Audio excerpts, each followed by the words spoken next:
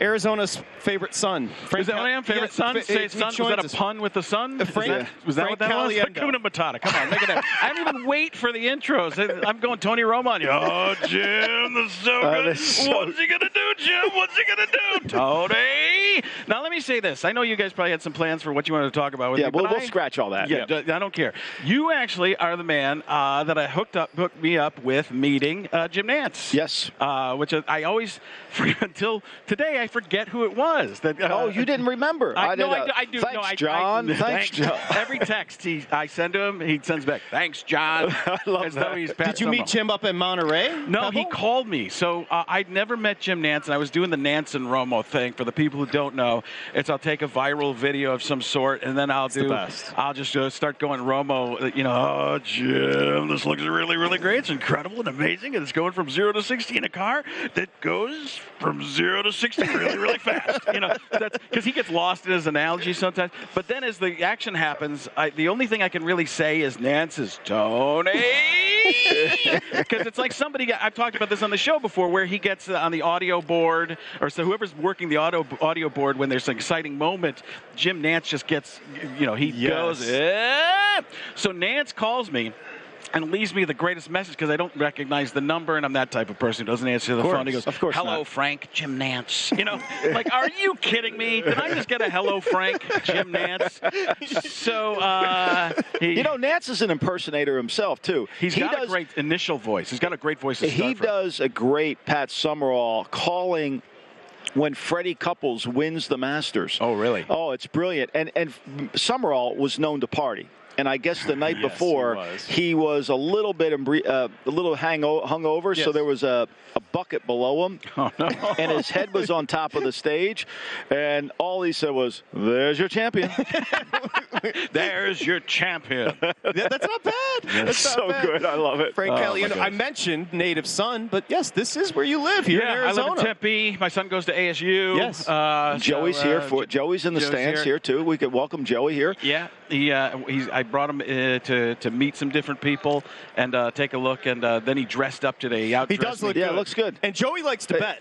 Let's be fair. He's a numbers guy. He's 18. He's helped. He likes to think about betting. He likes to think about betting. That's what I meant. He likes to think about betting. I love that he wore the Suns. Certain states, I think he's okay. I love he wore the Suns hat today on the Durant trade. But here's what I like. That's exactly what he did. He went and got that hat. He goes, didn't know what top I was going to wear. He's like, saw the Durant thing, and they're like, yes, from downtown with authority. See, that's what we're talking about. Kevin Durant. I'm glad you brought him up. Okay, let me tell you a little story. So in Phoenix, at an owners meeting, or Kevin Durant, because you brought up Kevin Durant. I'm going to put 2 and 2 together for you, and I think you would have been perfect at this table. So Barkley is my hero growing up. I mean, I loved Barkley. And I became friends with him, and Belichick became friends with Barkley. So we're at the owners' meeting here in Arizona, and we all had dinner together. Oh, that's awesome. So I would think Barkley to Belichick would be one hell of an impersonation conversation. Well, I think that would be a lot of energy from me. And just not much to say. So I guess Kevin Durant's coming to the Valley. That's going to be really great. What's it like to get a player at that level? We lost a guy just recently. Tom Brady. Yeah. I don't remember if he was a player with us. Decent quarterback, had some skills. A lot of people thought he was a system guy. But, system guy. How long can I exhale for it? See, that's what the problem. You look at Tom Brady, the amount of work is done in the entire world. Tom Brady, there's never going to be another guy like him. Come on. Think about it. Come on. Man, that's good to me.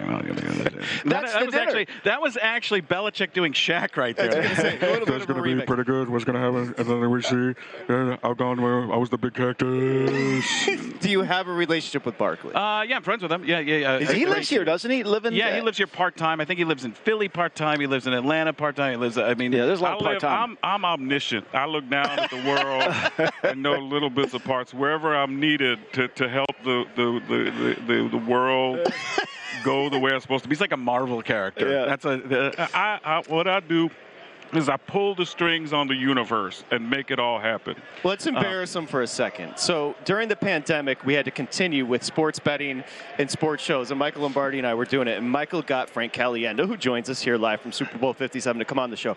We've never, since or before, had anything go viral at VSiN like your segment where you were doing it, and that's talent, bro. Well, I'll tell you, probably part of the reason is you guys are normally, and this is a serious thing, and your job is to tell me, no, Frank, you're wrong, you're fantastic. You're normally probably talking about things that are about the moment because of the betting, right? Right. So that's sure. stuff. Yes. That's stuff. I'm kind of an evergreen thing. I come on and I'm a puppet show and do my thing, and so it has more of a reason to do that. I think I just lost something. And I also wanted to say, Did Michael, you lose something? Okay. that Frank Caliendo, an audible right before the show started, decided to not go with the chest hair. You want to explain I'm what was Italian. happening? I don't He get looked enough into sun. the monitor. I looked and I saw it, and everything was delayed, and I'm like, holy cow! It's as though the sun is rising from. I thought you would go into your Nicholson when you started doing that. Listen, it could have happened. Anything. I have these sweatcitos. I almost wore my full Italian garb. I should come in as Tony Soprano. What is going on here? What's going on? We go to innovation. What are we doing? Everything seems fine. Everything's ready. I got Michael. You're doing a little gabagool inside, right? That's what we're supposed to talk about. It was Joe Pesci's birthday yesterday. Okay. I only do like the older Joe Pesci. All right. Okay. I understand exactly. And then De Niro shows up and is like, "What's going on?" And then Pacino's like, "Wow!" I mean, did you have like a ball watching the what was with De Niro and The Irishman? I only got about a third of the way through it, but I'm really loving it so far. Well, there was still 12 hours to go. That's a joke, guys. Fantastic. Watched it over a transcontinental flight. No, it was great. I actually did like it. What I loved about that movie is, they're in their 60s, 70s, right? They're playing 35. They digitally de-age the guys, but you can't digitally de-age the movements. Yeah. So De Niro, you got me to beat that guy up over there? Where's my walker? And he's like, okay, I will get there eventually. I love the ice cream scene where Hoffa's eating ice cream in prison, and they're having this argument over about yours is gone. Yours is gone. Those guys, the three of them in that movie made. I did a thing, the Virishman. There was a virus and Irishman together, and it was kind of a thing that was about. They say you can't get toilet paper anywhere. But we could make sure guys could get toilet paper. You know what I mean? We were the guys that would have to do that. I love looking at your son. Unimpressed the whole time. Oh yeah, literally, it's dad. He just like. Do you have season tickets to the Suns? You're going to have to now. I did. I'm going to get them now. Exactly. If I talk about them enough, maybe they'll just give me some seats. That's what I'm hoping for. When you scout the Super Bowl teams, is there anybody doable? Reed doesn't really have much. Yeah, Andy Reid, I just sink my I sink my neck back and I put a mustache on and put the gear on and it looks good enough. There's Patrick Mahomes, which Patrick Mahomes has a little bit. People think it's all Kermit the Frog. It's kind of a cross between Kermit the Frog and Fozzie Bear. So Kermit the Frog is that hi-ho Kermit the Frog here, right? Yeah. And then the Fozzie Bear is the waka waka waka. So in the middle is Patrick. That's the kind of thing that we're thinking about doing. Hey man, that's what I mean. So that's what I mean when these guys are doing the best they can, and then you got to get a little bit of that in there. That happens there. It's not that far off from John C. Reilly. Did you touch my drum set? Did you touch my drum set? Did you touch my drum set? Hey, Andy's been drawing mustaches on us again. I love that. He's actually good in the commercial. Oh, he's fantastic. Reed's reaction is so good. Andy Reid is like an 80s sitcom character in that because he's looking almost at the camera, but not. Hey, okay. No problem. It's just he's so good, very comedic. But the commercial's great. Andy Reid is great. Patrick Mahomes is great. So it's. I'm going to get to the bottom of this. Yeah, I'm going to get to the bottom of this. That was the line. I couldn't think of. I'm going to get to the bottom of this. There is a presence, though. You're right about that. Yeah. Frank Caliendo, again, Arizona's favorite son. He's got the. You're not going to the game, are you?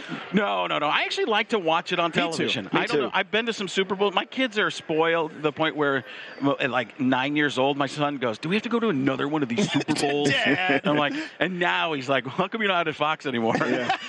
Like, wouldn't that be great if you're still there? I'm like, yeah, but I love watching the thing is, on television, it's not just the game, it's also the commercials, it's halftime, it's what did the announcers say. The next day, if you're at the game, you're not talking about all the same stuff because the game is just you miss it. Prop bets, guys. Come on. Let's go. Let's do it. Yeah. You miss all the action. Yeah. Well, listen, always wanted to thank you. I know you. How do you end your text with Frank? Thanks, John. Because that's what Summerall would do. Thanks, John. Did you you say the thing at the beginning, you say the thing in the middle, at the end, then you're done. Thanks, John. And so are you. You're done. That's Anything it. else? That's it. You got to prop that for us? I didn't. Over-under on Kelsey brothers mentioned, being brothers. Yeah. I would go 403. Exactly. Just went Rome on that. How great is that? How many times we'll see Kelsey's mom? That's the key. Oh, right. Careful. Frank Caliendo. You're the best. Friend of the show. One of the most talented human beings on the planet. We appreciate you. Thank you so much. Thanks for having me. Thank you. Yeah, appreciate it. Again, everybody. Make sure you check him out on Twitter, not on Fox. Visit VSiN.com to get current odds, listen for free, find showtimes, and download VSiN sports betting podcasts.